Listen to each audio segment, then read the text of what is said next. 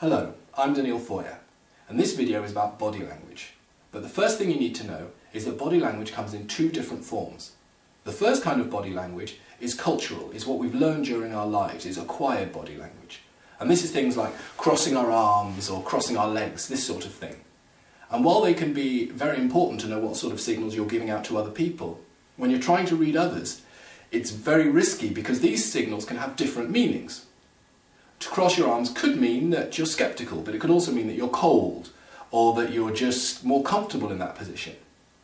So that is why we focus on the second kind of body language, and this is the autonomic responses. Automatic responses in the body. This is things like blushing in the skin, the size of your pupils, or people's facial expressions. Because while we can put a mask on of whatever facial expression we think fits for a situation, the real expression is always there under the surface. And if you know what to look for, you can always see it. It's impossible to hide. Through micro expressions and subtle expressions, and knowing which signs to look out for and which ones you can trust, you get a reliable look at what the other person is really thinking and feeling.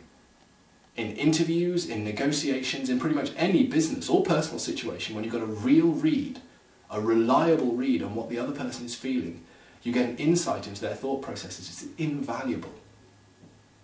The videos on this course are going to focus on the first kind of body language, the sort of signals you're sending out through your learned body language. But later on we're going to move on, and in all of my live courses we move on very quickly to the signals that you can look for in other people, the ones that you can trust.